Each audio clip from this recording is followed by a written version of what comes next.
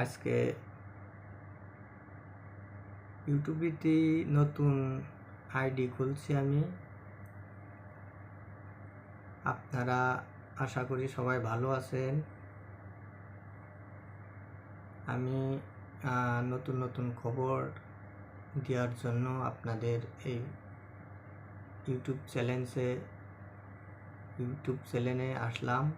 গুছিয়ে কথা বলতে পারি না, কিন্তু কিছুদিন বলার পরে আস্তে আস্তে ঠিক হয়ে যাবে। আজকে প্রথম খবর আপনাদের সামনে, প্রথম বাংলাদেশের সেনাবাহিনী নিয়ে বলবো। আন্তর্জাতিক মণ্ডলে কিভাবে তারা ভূমিকা পালন করে। আন্তর্জাতিক মণ্ডলে এরা ভূমিকা পালন করে, যেমন জাতিসংঘে বাংলাদেশ শান্তিরক্ষা বাহিনী বলে একটা কথা আছে। এরা মানবতা অনেকটাই উচ্চতার দিকে এগিয়ে নিয়ে গেছে শান্তিরক্ষা বাহিনী বাংলাদেশের। তাই শান্তিরক্ষা মিশনে বাংলাদেশ অত্যন্ত গুরুত্বপূর্ণ ভূমিকা পালন করে। মিশনে অংশগ্রহণের এবং বিশ্বের বিভিন্ন সংঘাতপূর্ণ অঞ্চলে শান্তি প্রতিষ্ঠান করে এরা।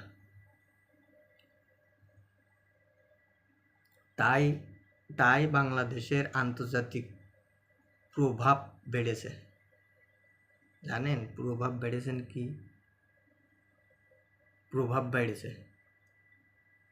বাংলাদেশের 1988 সালে প্রথমবারের মতো জাতিসংঘ শান্তিরক্ষা মিশনে অংশগ্রহণ করে, এবং সেই থেকে বাংলাদেশের শান্তিরক্ষা ক্ষমতা, সাহস ও পেশাদারিত্বর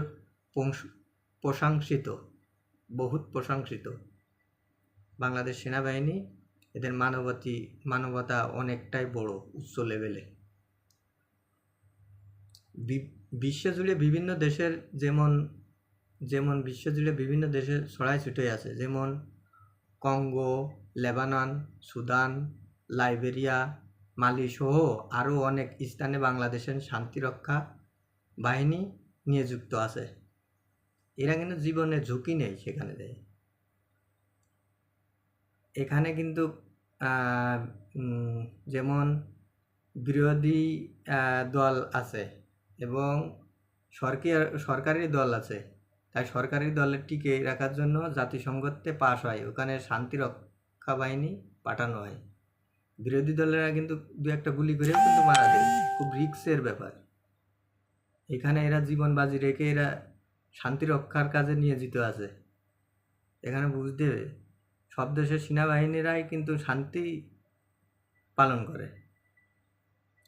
বাংলাদেশের এই অবদান শুধু শান্তি প্রতিষ্ঠান নয়, বরঞ্চ দেশের জন্য অর্থনৈতিক, সামাজিক, কূটনীতিক সুবিধাও নিয়ে আসছে। কিন্তু বুঝতে পেরেছেন? আজকের খবর এই ছিল। এদের অবদান খুব অতুলনীয়। একটা দেশকে কিভাবে উপর লেভেলে নিয়ে যেতে হয় বা সম্মানজনক জায়গায় নিয়ে যেতে হয়, এটা কিন্তু সবারই, জনগণেরও দায়িত্ব আছে, দেশের সেনাবাহিনীর দায়িত্ব আছে। তাই আশা করি ভালো থাকেন, সুস্থ থাকেন। যে যেখানে আছেন আমার এই ভিডিও দেখে লাইক করে দেবেন, ফলো করে দেবেন, এই প্রত্যাশায়। সালাম আলাইকুম। ভালো আছেন? আল্লাহ হাফেজ।